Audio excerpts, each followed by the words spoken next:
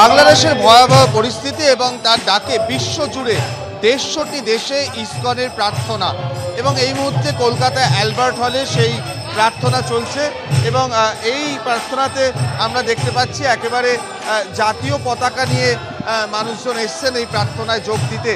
এই বিষয়ে একটুখানি কথা বলে নেব যে ভক্তরা আজকে যোগ দিলেন। আজকে এই যে ইসকনের প্রার্থনার যে কর্মসূচি তাতে জাতীয় পতাকা আনার কারণটা জানতে।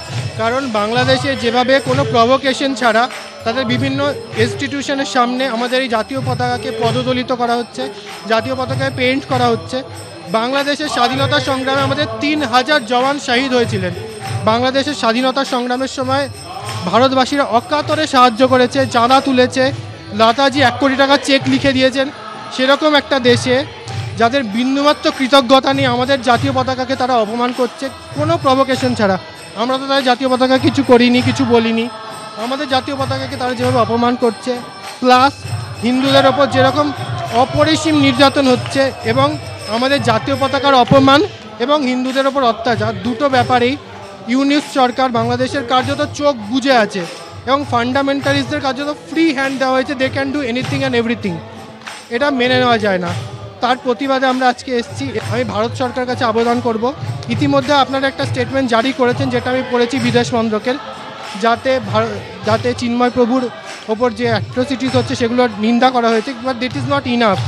আরও স্টেটমেন্ট দরকার এবং আরও মানে সির্ফ স্টেটমেন্ট নয়, আরও কিছু অ্যাকশন এমন দরকার যাতে এগুলো বন্ধ হয়। প্রচুর ভক্ত তারা এই যে কীর্তন এবং তার যে আজকে যে প্রার্থনা সেই প্রার্থনায় যোগ দিয়েছেন, কীর্তনের সুরে গলা মেলাচ্ছেন এবং তারাও কিন্তু সরব হচ্ছে। উনি যে জাগরণটা তুলেছেন এটা তোলা দরকার ছিল।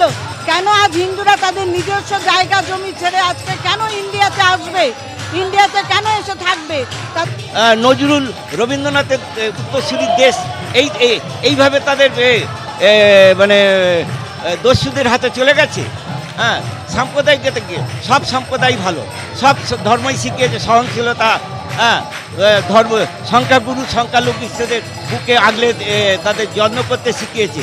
তাদের ঘর বাড়ি ধ্বংস করে, মন্দির উপাসনালয় ধ্বংস করে, একই তাদের উন্মত্ত। ওইদিকে কিন্তু প্রার্থনা চলছে। ইসকনের সন্ন্যাসীরা তারা কীর্তনের মাধ্যমে, খোল করতালের মাধ্যমে প্রার্থনা করছেন। সার্বিকভাবে বাংলাদেশের যে পরিস্থিতি সেই পরিস্থিতি থেকে শান্তির পথ খোঁজা হচ্ছে আজকে বিশ্বজুড়ে। ক্যামেরায় অভিজিৎ দত্তের সঙ্গে অরিজিৎ ভট্টাচার্য, এবিপি আনন্দ, কলকাতা।